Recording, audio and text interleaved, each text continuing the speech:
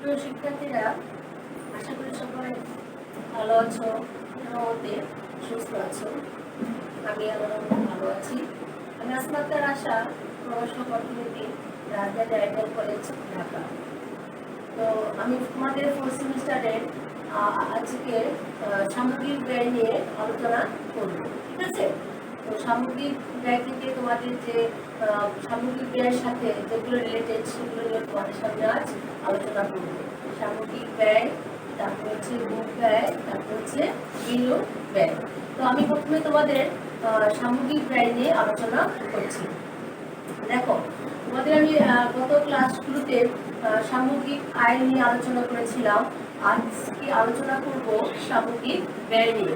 সামগ্রিক ব্যয় অর্থনীতিতে একটা নির্দিষ্ট সময়ে কোনো দেশে সব ধরনের ব্যয়ের সমষ্টিকে সামগ্রিক ব্যয় বলা হয়, ঠিক আছে? একটা দেশে অর্থনীতিতে দেখো, যে ধরনের দ্রব্য সামগ্রী উৎপাদিত হয়, সব ধরনের দ্রব্য সামগ্রীর ব্যয় সমষ্টিকেই সামগ্রিক ব্যয় বলা হয়। সামগ্রিক ব্যয়, দেখো, সামগ্রিক ব্যয়টা হচ্ছে এমন একটা জিনিস, এটা ভোগকারীরা তাদের ভোগের জন্য ব্যয় করে, বিনিয়োগকারীরা তাদের বিনিয়োগের জন্য ব্যয় করে, তারপর আর নির্দিষ্ট একটা অংশ সরকারি খাতে ব্যয় করা হয়, ঠিক আছে? তো সামগ্রিক ব্যয়, তো আমরা এটাকে সংক্ষেপে লিখতে পারি এই, ঠিক আছে? সামগ্রিক ব্যয়টাকে আমরা সংক্ষেপে লিখতে পারি এই। দেখো, এই বিকল্প হচ্ছে সি প্লাস আই, আর লিখতে পারি A equal to C plus I plus G. আমরা আর লিখতে পারি A equal to C plus I plus G plus X minus M, ঠিক আছে? তোমরা প্রথমে আমি যে সংখ্যাটা বললাম ঠিক সেভাবে দিবে। সামগ্রিক ব্যয়টা কি? সামগ্রিক ব্যয় বলতে সব ধরনের ব্যয় সমষ্টিকে বোঝায়, আর এই ব্যয়টা একটা নির্দিষ্ট সময়ে অর্থনীতিতে ভোগকারীরা তাদের কিছু অংশ ভোগের জন্য ব্যয় করে, আর বিনিয়োগকারীরা তাদের বিনিয়োগ খাতের জন্য ব্যয় করে, আর কিছু অংশ এটা হচ্ছে তোমার সরকারি খাতে ব্যয় করা হয়, ঠিক আছে? এটুকু লেখার পরে তারপর লিখবে যে সামগ্রিক ব্যয় A equal to C plus I. এটা হচ্ছে তোমার দ্বিঘাত বিশিষ্ট অর্থনীতি। আমি তোমাদের ম্যাথমেটিক্যাল টার্মে যে অঙ্কটা দিয়েছিলাম সেটা একটা সূত্র, ঠিক আছে? সামগ্রিক আয়ের যে সূত্র, সামগ্রিক ব্যয় কিন্তু একই সূত্র, ঠিক আছে? সূত্র কিন্তু এক। এটা শুধু আয়ের সমষ্টি, আর এটা হচ্ছে শুধু ব্যয়ের সমষ্টি, এটাই পার্থক্য, ঠিক আছে? কিন্তু সূত্রগুলো কিন্তু এক। তার মানে কি, সামগ্রিক ব্যয় সূত্র হচ্ছে সি প্লাস আই। এটা হচ্ছে তোমার দ্বিঘাত বিশিষ্ট অর্থনীতি। আমরা সিতে কি বোঝাই? ভোগ ব্যয়, আর আয়তে বোঝাই বিনিয়োগ ব্যয়। তার মানে কি, ভোগ ব্যয় এবং বিনিয়োগ ব্যয়ের সমষ্টিকে সামগ্রিক ব্যয় বলা হয়। আর 2 নম্বর সূত্র হচ্ছে সি প্লাস আই প্লাস জি। এটা হচ্ছে তোমার 3 খাত বিশিষ্ট অর্থনীতি, ঠিক আছে? তো 3 খাত বিশিষ্ট অর্থনীতিতে আমার কি কি যোগ হলো? ভোগ ব্যয় যোগ হলো, বিনিয়োগ ব্যয় যোগ হলো, সরকারি ব্যয় যোগ হলো। তোমরা এভাবে লিখতে পারো যে ভোগ ব্যয়, সামগ্রিক ব্যয় বলতে ভোগ ব্যয়, বিনিয়োগ ব্যয়, সরকারি ব্যয় সমষ্টিকেও সামগ্রিক ব্যয় বলা হয়, ঠিক আছে? তো আমরা আরেকটা লিখতে পারি a equal to c plus i plus g plus x minus m। এটা হচ্ছে কি, 4 খাত বিশিষ্ট অর্থনীতি। 4 খাত বিশিষ্ট অর্থনীতির আরেকটা নাম হচ্ছে মুক্ত অর্থনীতি বা খোলা অর্থনীতি। যে মানে একভাবে আসতেই পারে, হয়তো আসতে পারে যে মুক্ত অর্থনীতি কি, খোলা অর্থনীতি কি, বা 4 খাত বিশিষ্ট অর্থনীতি কি, কিন্তু সংজ্ঞা কিন্তু এক। এটা যেহেতু একই জিনিস, সংজ্ঞাটা তো একই হবে। তাহলে আমার ভোগ ব্যয়, বিনিয়োগ ব্যয়, সরকারি ব্যয়, রপ্তানি মাইনাস আমদানি, এই ব্যয়ের সমষ্টিকেও সামগ্রিক ব্যয় বলা হয়। তোমরা যখন দেখবে যদি অনুধাবনমূলক প্রশ্ন আসে, 2 মার্কের প্রশ্ন আসে, তখন কিন্তু তোমরা মানে কোনটা লেখার চেষ্টা করবে। আর যদি তোমাদের 1 মার্কের কোশ্চেন আসে, ঠিক আছে, তখন কিন্তু তোমরা যে কোনো একটা দিয়ে দিলে হবে।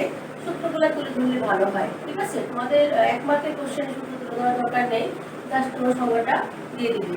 যদি অনুধাবনমূলক প্রশ্ন আসে, 2 মার্কের কোশ্চেন আসে, তখন কিন্তু তোমরা এই 3টা সূত্রই তুলে ধরবে। যে সামগ্রিক ব্যয় হচ্ছে ভোগ ব্যয় এবং বিনিয়োগ ব্যয়ের সমষ্টি, সামগ্রিক ব্যয় হচ্ছে ভোগ ব্যয় বিনিয়োগ ব্যয় সরকারি ব্যয় সমষ্টি।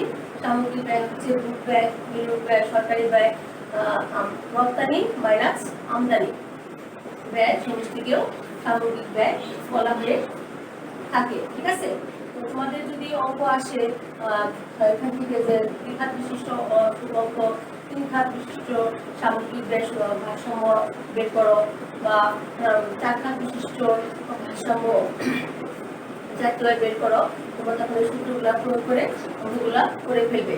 তোমাদের কিন্তু সির মান, আয়ের মান, জির মান, এক্স এর মান, এম এর মান কিন্তু দেওয়া থাকবে। তোমরা জাস্ট সূত্র অনুযায়ী অঙ্কগুলা করবে। ঠিক আছে, তো সামগ্রিক ব্যয়ের সংজ্ঞাটা এটুকুই। সামগ্রিক ব্যয় তোমরা বুঝতে পারবে, আমি কিন্তু বললাম এভাবে তোমরা সুন্দর করে গুছিয়ে লিখবে। ঠিক আছে, তো এগুলো দেওয়ার কারণটা হচ্ছে তোমাদের জন্য মনে থাকে, তোমাদের জন্য বুঝতে সুবিধা হয়। আমি তোমাদের বোঝার সুবিধার্থে বিভিন্ন ধরনের সূত্র প্রয়োগ করি, তারপরে চিত্র প্রয়োগ করি তোমাদের, যেটা তোমরা ভালো করে সেটা বুঝতে পারো। ঠিক আছে, এবার হচ্ছে ভোগ।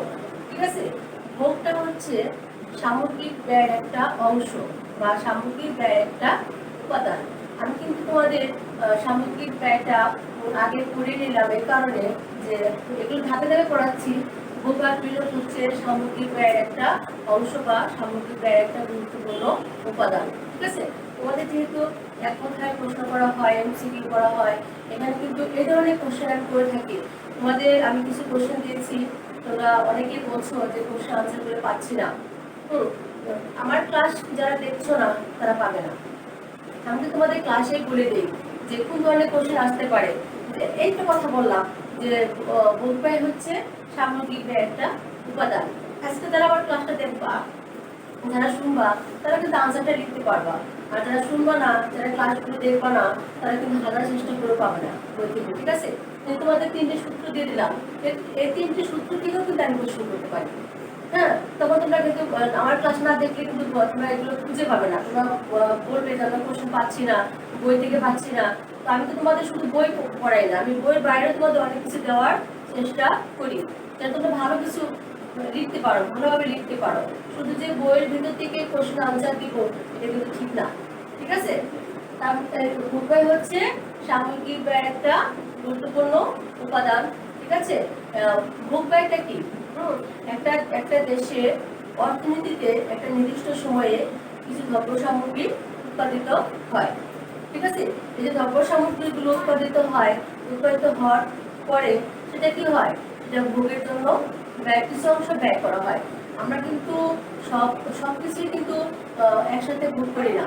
কিছু অংশ সঞ্চয়ের জন্য রেখে দেই, আবার কিছু অংশ বিনিয়োগকারীরা তাদের বিনিয়োগের জন্য রেখে দেয়, আবার কিছু অংশ অবন্টিত মুনাফা হিসাবে থেকে যায়।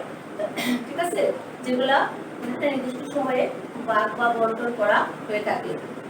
ভোগ ব্যয় হচ্ছে সামগ্রিক ব্যয়ের একটা গুরুত্বপূর্ণ উপাদান। ভোগ ব্যয় হচ্ছে সামগ্রিক ব্যয়ের একটা অংশ। ঠিক আছে, একটা নির্দিষ্ট সময়ে অর্থনীতিতে যে পরিমাণ দ্রব্য সামগ্রী উৎপাদিত হয় তার কিছু অংশ ভোগের জন্য ব্যয় করা হয়, আবার কিছু অংশ সঞ্চয়ের জন্য রেখে দেওয়া হয়। আমরা অর্থনীতিতে ভোগটাকে সি দ্বারা প্রকাশ করি। সেটা হচ্ছে কনজাম্পশন। ঠিক আছে, এর বাংলা অর্থ হচ্ছে ভোগ। ঠিক আছে, আমি একটা তোমাদের যখন টেস্ট পেপার ফলো করেছিলাম, কোন একটা বোর্ডে দেখেছিলাম যে সি দ্বারা কি প্রকাশ করা হয়। এটা কিন্তু তাৎক্ষণিক মাথায় আসে না যে আসলে সি দ্বারা কি প্রকাশ করা হয়। তখন পরীক্ষার হলে কিন্তু অনেক স্টুডেন্ট মানে ঘাবড়িয়ে যায় যে এটা কি প্রশ্ন করছে। সেজন্য তোমাদের বইয়ের প্রত্যেকটা লাইন তোমাদের জন্য গুরুত্বপূর্ণ। ঠিক আছে, তোমরা যদি এমসিকিউতে 30 পেতে চাও তাহলে তোমাদের অনেক পড়াশোনা করতে হবে। সি দ্বারা কি প্রকাশ করা হয়? ভোগ প্রকাশ করা হয়। ঠিক আছে, মানে সি দ্বারা ভোগ সি দ্বারা প্রকাশ করা হয়। যেটা আমি প্রশ্নটা পেয়েছিলাম সেটা তোমাদের প্রশ্নটা আমি বলে দিলাম। ঠিক আছে, তো ভোগ ব্যয় হচ্ছে সামগ্রিক ব্যয়ের একটা অংশ। ভোগ ব্যয়কে অর্থনীতিতে সি দ্বারা প্রকাশ করা হয়। ঠিক আছে, ভোগের একটা অর্থনীতিতে যখন দ্রব্য সামগ্রী উৎপাদিত হয় আমরা পুরোটাই ভোগ করি না, কিছু অংশ সঞ্চয়ের জন্য রেখে দেই, কিছু অংশ বিনিয়োগকারীরা বিনিয়োগের জন্য বিনিয়োগ করে। তারপর ঠিক আছে, কিছু অংশ সরকারি খাতে ব্যয় করা হয়। ঠিক ঠিক আছে। আবার কিছু অংশ অবন্ধিত মুনাফা হিসেবে রেখে দেওয়া হয়, ঠিক আছে। এইটুকু হচ্ছে ভোগ, তোমরা যেটুকু জানো তাহলে কিন্তু হয়ে যাবে। আরেকটা কথা হচ্ছে, ভোগের সাথে আয়ের কিন্তু একটা ক্রিয়াগত সম্পর্ক আছে, ঠিক আছে। ভোগের সাথে আয়ের একটা ক্রিয়াগত সম্পর্ক আছে। দেখো, ভোগ যে হারে বাড়ে, সরি, আয় যে হারে বাড়ে ভোগ সে হারে বাড়ে না, ঠিক আছে। মানে আয় যে হারে বাড়ে ভোগ ব্যয় সে হারে বাড়ে না। আয়ের চেয়ে ভোগ ব্যয় কম হারে বাড়ে। আয়ের কিছু অংশ সঞ্চয়ের জন্য রেখে দেওয়া হয়, সেজন্যই ভোগের সাথে আয়ের ক্রিয়াগত সম্পর্ক আছে। এটা কিন্তু একটা কোশ্চেন, যে ভোগের সাথে আয়ের কেন ক্রিয়াগত সম্পর্ক আছে। এই কারণে আছে যে আয় যে হারে বাড়ে ভোগ ব্যয় সে হারে বাড়ে না, আয়ের চেয়ে ভোগ ব্যয় কম হারে বাড়ে, সে কারণে ভোগের সাথে আয়ের ক্রিয়াগত সম্পর্ক আছে। এই যে একটা কোশ্চেন পেয়ে গেলাম। আমি কিন্তু এই ধরনের কোশ্চেন তোমাদের করে আসছি অনলাইনে পরীক্ষা হওয়ার পর থেকেই। আমি কিন্তু তোমাদের এইভাবে গভীরে কোশ্চেন করে আসছি, ঠিক আছে। তারপর দেখো, এটা হচ্ছে ভোগ ব্যয়। ভোগের একটা সূত্র আছে, C equal to function of Y, ঠিক আছে। হ্যাঁ, C equal to function of Y, এটা হচ্ছে কি ভোগ ব্যয়ের একটা সূত্র। আমরা লিখছি C equal to function of Y. এটা একটা সমীকরণ দাও, 1 নং সমীকরণ। এখানে সি দ্বারা কি বোঝাচ্ছে, ভোগ বোঝাচ্ছে, আর ওয়াই দ্বারা বোঝাচ্ছে আয়। এই যে আয়ের সাথে ভোগের কি সম্পর্ক, একটা সম্পর্ক আছে। আয় বাড়লে ভোগ ব্যয় বাড়ে, আয় কমলে ভোগ ব্যয় কি হয়, কমে যায়।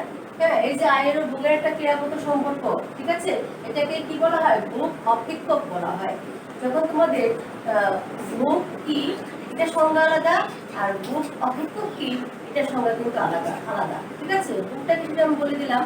আর ভোগ অপেক্ষক হচ্ছে যে আয় বাড়লে ভোগ ব্যয় বাড়ে, আয় কমলে ভোগ ব্যয় কমে, কিন্তু আয় যে হারে বাড়ে ভোগ ব্যয় সে হারে বাড়ে না, ঠিক আছে। আয় এবং ভোগের এই ক্রিয়াগত সম্পর্ককেই ভোগ অপেক্ষক বলা হয়, ঠিক আছে। এখন তোমাদের এরকম একটা সমীকরণ দিয়ে, হ্যাঁ, তোমাদের বলতে পারে যে গাণিতিক ব্যাখ্যা করো। হ্যাঁ, যদি গাণিতিক ব্যাখ্যার কথা বলে তখন তোমরা কি করবা, আয় ওয়ার মান ধরবা। ওয়ার মান ধরা 100 ধরলাম, ওয়াই ইকুয়াল টু 200 ধরলাম, ওয়াই ইকুয়াল টু 300, এবার ধরে নেবা। তিনটা সমীকরণ বের করবে, ঠিক আছে। তো ওয়ার মান ধরলে কিন্তু আমার আয়ের সির মানটা চলে আসবে। সির একটা মান আছে, আমি কিন্তু তোমাদের ম্যাথ ক্লাসে বলে দিয়েছিলাম। সি ইকুয়াল টু কি, সি ইকুয়াল টু হচ্ছে এ প্লাস বি ওয়াই। এখানে এর মান নির্দিষ্ট থাকে, বি এর একটা মান ধরা হয় 0.5 ওয়াই। আগে তোমাকে এখান থেকে ওয়াই এর মান ধরার পরে সি এর মান বের হবে। সি এর মান বের হওয়ার ফলে এখানে সি এর মান বসাবে, এখানে ওয়াই এর মান বসাবে, ঠিক আছে। তোমাদের অঙ্ক আসতে আমি যেহেতু অঙ্ক ক্লাসটা করে দিচ্ছি, ওই অঙ্ক ক্লাসটা যদি তোমরা ভালো করে খাতায় করে থাকো, হ্যাঁ, এই সামগ্রিক আয় ব্যয় থেকে যে ধরনের অঙ্ক আসুক না কেন তোমরা পারবে। জাস্ট সূত্রগুলো মাথায় রাখতে হবে। যেমন C equal to A plus B Y সূত্র মুখস্থ করে ফেলবে। আর এটা হচ্ছে কি তোমার আবার ভোগের একটা সূত্র আছে, C equal to function of Y. তো আয়ের সাথে ভোগের একটা সম্পর্ক আছে, ঠিক আছে। তো এটা হচ্ছে আমার ভোগ। আমি কিন্তু ভোগের সংজ্ঞার মধ্যে কিন্তু অনেক কিছু বুঝিয়ে ফেললাম তোমাদের। আমি অঙ্কটা ক্লাস দিয়েছিলাম, তারপর আবার রিপিট করলাম সূত্রের পরিপ্রেক্ষিতে, ঠিক আছে। এবার দেখো বিনিয়োগ। হ্যাঁ, বিনিয়োগ। আমরা সাধারণত বিনিয়োগ বলতে কি বুঝি, আমরা সাধারণত বিনিয়োগ বলতে বুঝি সেটা হচ্ছে, যেমন ধরো জমি, বাড়ি, গাড়ি, বন্ড, শেয়ার, এগুলো করার জন্য যে বিনিয়োগ করা হয় সেটাকে বিনিয়োগ বলা হয়, বিনিয়োগ ব্যয় বলা হয়, ঠিক আছে। বিনিয়োগ ব্যয় কিন্তু আমাদের সামগ্রিক ব্যয়ের একটা অংশ, ঠিক আছে। তো আমরা সাধারণ দৃষ্টিকোণ থেকে যখন একটা বিষয় নিয়ে পড়ি, তখন কিন্তু একটা সাধারণ সংজ্ঞা আছে, আবার অর্থনৈতিক দৃষ্টিকোণ কিন্তু একটা সংজ্ঞা আছে। তো সাধারণ দৃষ্টিকোণ থেকে বিনিয়োগ ব্যয় হচ্ছে জমি, বাড়ি, গাড়ি, বন্ড, শেয়ার, এগুলো করার জন্য যে বিনিয়োগ করা হয় সেটা হচ্ছে বিনিয়োগ ব্যয়। কিন্তু অর্থনীতিতে বিনিয়োগ বলতে আমরা কি বুঝি, অর্থনীতিতে আমরা বিনিয়োগ বলতে বুঝি বিনিয়োগের জন্য যে ব্যয়টা করা হয়, বিনিয়োগকারীরা তাদের ব্যবসা ক্ষেত্রে বলো, তারপরে বিভিন্ন ধরনের আর্থিক প্রতিষ্ঠানগুলো বলো, তাদের যে প্রয়োজনে যে বিনিয়োগের প্রয়োজনে যে বিনিয়োগটা করে সেটা হচ্ছে বিনিয়োগ ব্যয়। মানে অর্থনীতি যখন আমরা দ্রব্য সামগ্রী উৎপাদন করি, হ্যাঁ, আমরা কিন্তু সবসময় অর্থনীতিতে নির্দিষ্ট সময় নিয়ে আলোচনা করি। হ্যাঁ, যখন ওই নির্দিষ্ট সময় অর্থনীতিতে যেসব দ্রব্য সামগ্রী উৎপাদিত হবে তাদের জন্য যে বিনিয়োগটা করা হয় সেটা হচ্ছে বিনিয়োগ ব্যয়। মেন কথা হচ্ছে বিনিয়োগকারীরা বিনিয়োগের উদ্দেশ্যে যে বিনিয়োগ করবে সেটা হচ্ছে বিনিয়োগ ব্যয়। ঠিক আছে? তো এই সম্পর্কে কেইন্স একটা কথা বলেছিলেন যে বিনিয়োগ, অর্থনীতিবিদ কেইন্স বিনিয়োগ সম্পর্কে একটা সুন্দর একটা কথা বলছে। এটা হচ্ছে দেখো, বিনিয়োগের সাথে আয়ের একটা সম্পর্ক আছে। মানে আয় ছাড়া বিনিয়োগ সম্ভব নয়। আর সে এই কথা বলেছিলেন যে বিনিয়োগ যখন নতুন কিছু যখন অর্থনীতি সৃষ্টি হবে, নতুন কলাকৌশল সৃষ্টি হবে, কলাকৌশলের মাধ্যমে যখন কোনো প্রযুক্তির মাধ্যমে নতুন কিছু সৃষ্টি হবে, সেটাকেই বিনিয়োগ ব্যয় বলা হয়। মানে সে উদ্দেশ্যে যে বিনিয়োগ করা হয় সেটাই হচ্ছে বিনিয়োগ ব্যয়। তো কেইন্স বলছেন, যে অর্থনীতিবিদ কেইন্স বলছেন যে বিনিয়োগের সাথে আয়ের একটা সম্পর্ক আছে। কিভাবে আছে? আমাদের আয় বাড়লে কি বাড়ছে? ভোগ ব্যয় বাড়ছে। ঠিক আছে? কিন্তু আমরা কিন্তু আয়ের কোনো অংশই ভোগের জন্য ব্যয় করছি না। কিছু অংশ কি করছি? বিনিয়োগের জন্য ব্যয় করতেছি। ঠিক আছে? এই যে বিনিয়োগের জন্য ব্যয় করা হয়, আয়ের একটা অংশ যে বিনিয়োগের জন্য ব্যয় করা হয়, সে কারণেই বিনিয়োগের সাথে আয়ের একটা সম্পর্ক আছে। ঠিক আছে? আয় ছাড়া বিনিয়োগ সম্ভব নয়। আমাদের দেশে যদি মুনাফা না থাকে, আমরা যদি অর্থনীতিতে অধিক পরিমাণ মুনাফা অর্জন করতে না পারি, তাহলে কিন্তু আমাদের পক্ষে কোনো কিছুই সম্ভব নয়। সেটা ভোগের ক্ষেত্রে বলো, সেটা বিনিয়োগের ক্ষেত্রে বলো, সেটা সরকারি ব্যয়ের ক্ষেত্রে বলো, সব ক্ষেত্রের সাথে কিন্তু আয়ের একটা সম্পর্ক আছে। ভোগের সাথে যেমন আয়ের সম্পর্ক আছে, বিনিয়োগের সাথেও আয়ের সম্পর্ক আছে। ঠিক আছে? তো এটি হচ্ছে বিনিয়োগ ব্যয়। তো আমি তোমাদের সামগ্রিক আয়ের ক্লাসটা দিয়েছি। আজ তোমাদের সামগ্রিক ব্যয়টা ক্লাস দিলাম, যে সামগ্রিক ব্যয় কাকে বলে, ভোগ ব্যয় কাকে বলে, বিনিয়োগ ব্যয় কাকে বলে। ঠিক আছে? তো তোমরা পড়বে। আমি তোমাদের অল্প অল্প করে পড়াচ্ছি এই কারণেই যে তোমরা সাথে সাথে পড়ে ফেলতে পারো। বেশি দিলে তোমরা পড়বে না, কম দিলে যেন পড়ো সেটা আমরা চাই। পড়তে হবে, ক্লাসগুলো দেখতে হবে, না দেখলে হবে না। ঠিক আছে? তো তোমরা ভালো থাকবে, সুস্থ থাকবে। তোমাদের সামনে একটি পরীক্ষা, আমি চাই সবাই অংশগ্রহণ করো। ঠিক আছে? তোমাদের এই পরীক্ষার আগে আমি একটা লাইভ ক্লাস নিব জুমে। তোমাদের যে প্রবলেমগুলো আছে, সামগ্রিক আয় ব্যয় থেকে যে প্রবলেমগুলো আছে, সেগুলো তোমরা নোট করে ফেলবে। তোমরা সবাই যেন আমাকে কোশ্চেন করতে পারো। যেখানে যে না জিনিসটা বুঝতে পারছো সেই বিষয়টা নোট করে ফেলবে, আমাকে কোশ্চেন করবে। আমি তোমাদের চেষ্টা করব তোমাদের কোশ্চেন আনসার দিয়ে এর সমাধান করতে। ঠিক আছে? তো সবাই ভালো থাকো, সুস্থ থাকো। আল্লাহ হাফেজ।